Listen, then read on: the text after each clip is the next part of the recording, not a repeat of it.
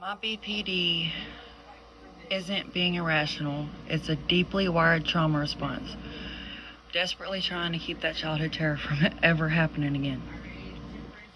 And then there's the whiplash of splitting. If you don't understand splitting, I'll explain it. The next piece of this puzzle is something called splitting, which is basically just black and white thinking. This is where my relationships get so incredibly unstable. One day I can look at someone and see a savior, this perfect, flawless human who is the source of all my happiness. I put them on a pedestal. But the second they do something that disappoints me, a tiny criticism, a canceled plan, switch flips.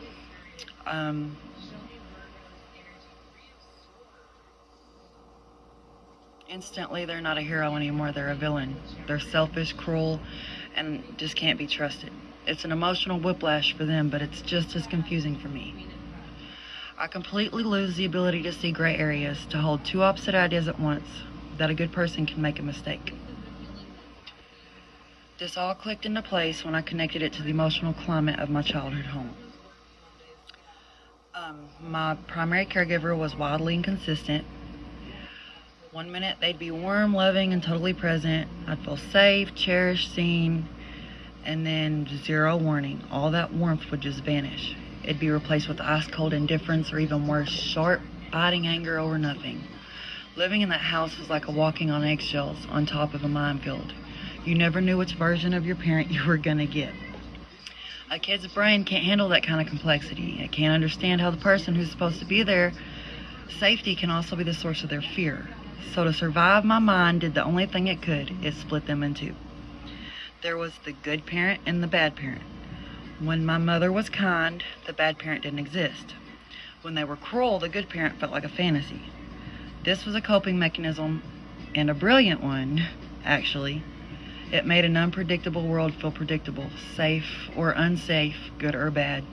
With my mom being on drugs and being an addict and being a hustler and a dealer, the drugs herself on top of her mental illnesses, she was very inconsistent with love, very inconsistent with stability, very inconsistent with being in my life. So now, decades later, that same coping mechanism is hardwired into my BPD. My brain automatically sorts people into these extreme boxes because that's the pattern it learned to survive.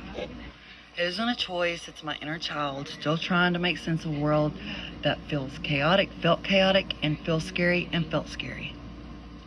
And then there's the ache of emptiness. For as long as I can remember, I've carried this chronic, hollow feeling of emptiness inside me. It's a lack of a stable sense of who I am. I often feel like a chameleon, changing my interests, my style, even my core beliefs to match whoever I'm with, just so I can feel like I belong. I had no idea who I was without someone else to reflect me. This identity crisis led me to fill that void in any way I could, usually with impulsive behaviors. I ended up becoming an addict, having sex when I was 17, which I waited a lot longer than some people, but it was in a very impulsive decision. It just left me feeling even more empty and ashamed. I honestly thought I was just shallow and that I didn't even have a real personality. Who am I? The connection here is maybe that most painful because it's tied to an invisible kind of trauma, emotional neglect. In my family, my feelings weren't just ignored, they were often invalidated or punished. If I was sad, I was told to stop crying or I'll give you something to cry about. If I was excited, I was too loud or too much. The message was loud and clear. My inner world and my real emotions, my personality, it was all wrong. Children learn who they are by having their inner life seen, validated, and responded to. When that doesn't happen, you learn to wall off and reject the most essential part of yourself. And that's what I did. I learned my true self was unacceptable, so I buried it. The emptiness I feel as an adult is the space where a nurtured self was supposed to grow. My BPD, with its desperate search for an identity, is an echo of a child who was never told they mattered. I was never taught how to even identify my own feelings, let alone manage them. In fact, research consistently shows a massive link between BPD and childhood trauma, with one meta-analysis revealing that over 71% of individuals with BPD reported at least one traumatic childhood event. So that emotional abuse and neglect in particular are strongly associated with a BPD diagnosis. So to the revelation, For years, I was stuck in a shame spiral.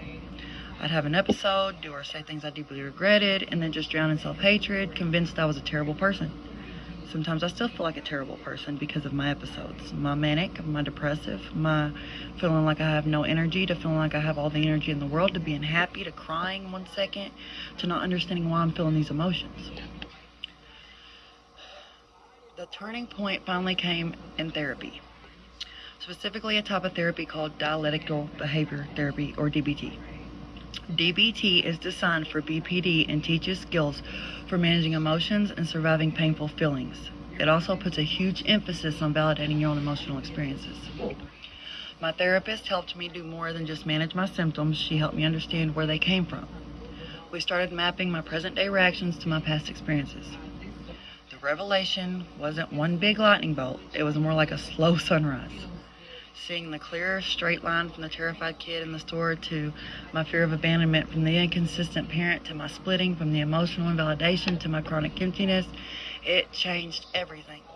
For the first time, I was looking at myself not with judgment, but with compassion. My BPD wasn't a character flaw. It was a set of survival skills that my child brain had brilliantly created to get through an unsafe world. These weren't the actions of a monster. They were the echoes of a child's pain. This understanding didn't excuse my behavior, but it gave me a whole new way to address it. Instead of hating these parts of myself and trying to destroy them, I could start to nurture and heal them. To the conclusion, my journey is nowhere near over. There is no magic cure for BPD. No medication can cure PPD. Only therapy can help you to endure it. Now, it can go into, you can have your BPD go into remission if you do enough therapy. The most powerful catalyst for change in my life is speaking on my trauma. This is how I'm reframing my recovery from my battle against myself into an act of reparenting that wounded inner child. So I want to spread the word. I want to tell my story, because recovery is possible. With trauma-informed therapies like DBT, it is possible to build a life worth living, not by erasing the past, but by understanding it and learning new, healthier ways to cope. It's also important to remember that not everyone with BPD, not everyone with BPD has a history of trauma, and not everyone who experiences trauma develops BPD.